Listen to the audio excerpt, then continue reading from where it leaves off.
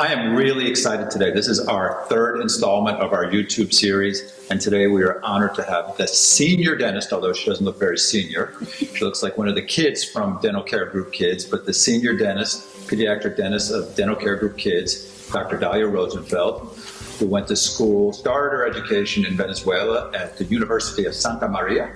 Perfect, yeah, And correct. see, I did it. And then she did her specialty training at the University of Medicine and Dentistry of New Jersey, which is now known as Rutgers University, but all that's important, but not nearly as important as what an amazing, amazing dentist she is, and children's dentist. The kids love her.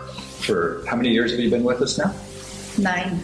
9 years, and kids just love her, parents love her just as much as the kids do. And if you notice the get up here today, that's because this is our Halloween special. And the Halloween special, we figured, what would we talk about? What do people want to talk about at Halloween? Cavities. So you got to see my get up. Here it is. You got your little get up. You keep yours on. I'm getting rid of mine. There it goes. Ba-boom. And let's get going. Okay, let's talk about cavities. So, you know, people really don't know about cavities. People are thinking on cavities, oh, I'll just leave them, blah, blah, blah.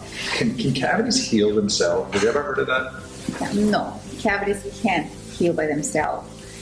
A cavity is basically a hole in your tooth, and it's a permanent damage. So usually needs to be fixed with a filling by a dental professional, so it won't disappear by its own. So there's new technology that's come out. I've heard of something called silver diamide fluoride. Can you describe that? How's that used with cavities? Yes, usually when we have kids that are uncooperative that won't help us to fix their cavities because they're very young, they're scared, they're nervous, we use this type of fluoride to help to arrest the cavity. It means that make it stop so it doesn't grow. And once the child is able to cooperate, then we can go ahead and maybe place a filling or whatever the child needs to. So it's a temporary measure to control the cavities. It's a temporary measure.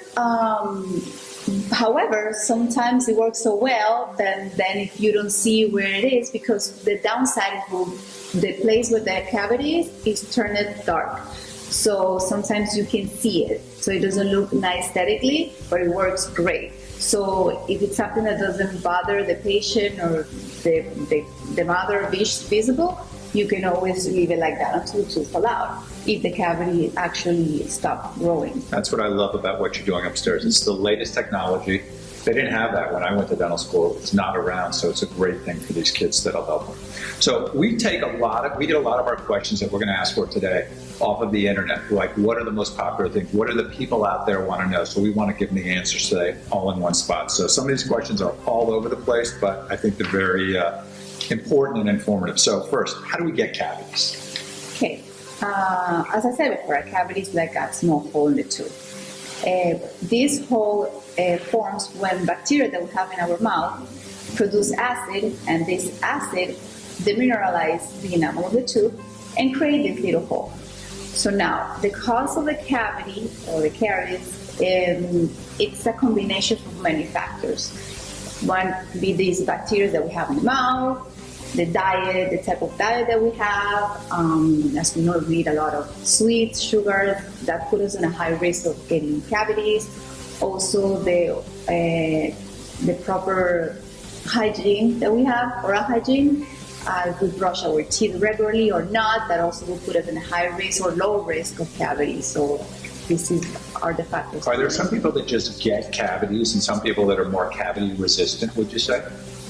Yes, there's people that can be more prone to cavities. Also, there's the pH of your saliva. If it's more acidic or more basic, that will contribute to get cavities. So there's usually a reason why somebody gets cavities. It's not just luck. Yeah, exactly. Okay. There's a combination of many factors. It's not only one thing. That's why people say, oh, but I brush my teeth, but I still get cavities. Well, it's because maybe you eat a lot of sugar, or maybe your pH is really acidic, or so that's why. Got it. So kids always complain, oh, my head hurts, I got a headache. Can a cavity give a headache? Not really. No, it's not associated with a headache. Maybe they can get a pain localized in the area where they have the cavity, but It's not associated. So if it's a headache, it's probably from mom or dad yelling at them, not from the cavity. Okay. How much, everybody always wants to know about dentistry, what it costs. That's like a big, big, big thing. Like, you know, and sometimes for me, that's a pet peeve of mine, because sometimes people put the price of dentistry like a commodity. And we don't really like that in our practice, because we're so big on health that we figure out a way to make things affordable for our patient. But if you had to give a range of what do cavities cost, I mean, if somebody has insurance, how inexpensive could a cavity be? The cavity cost range between can be about a couple of dollars if you have an insurance, could be like only $25, or a couple of $100s if you don't have insurance. So what's it based on? What's it based on? How much it costs? Is there bigger, smaller? How do you do your fees? It depends on how many surfaces are involved in this cavity.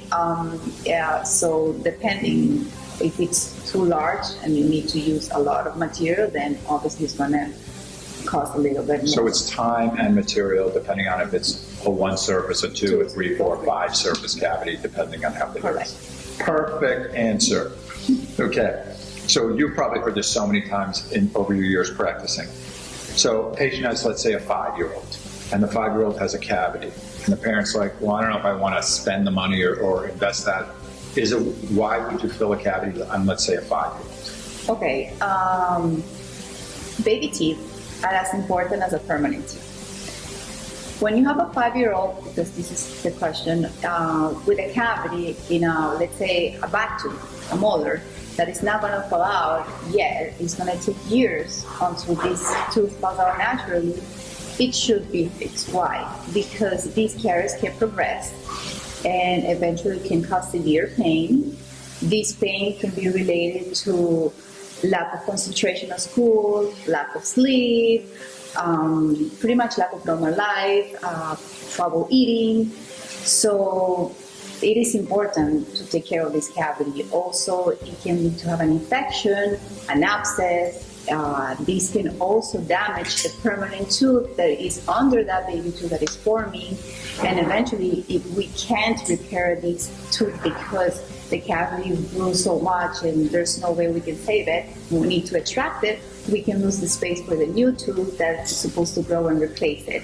So it's easier just to fix this cavity with a simple filling and keep up the mouth healthy than having a child going through all these pain, extractions, and all these complications. So a baby tooth's a placeholder for a permanent tooth. Mm-hmm. Okay. And what people forget too is their 5-year-old has to chew and eat their food just like that's they what I was do. going to say. That's why we have those teeth, yes. Absolutely. Very, very important. Doesn't matter that they're going to fall out, because No.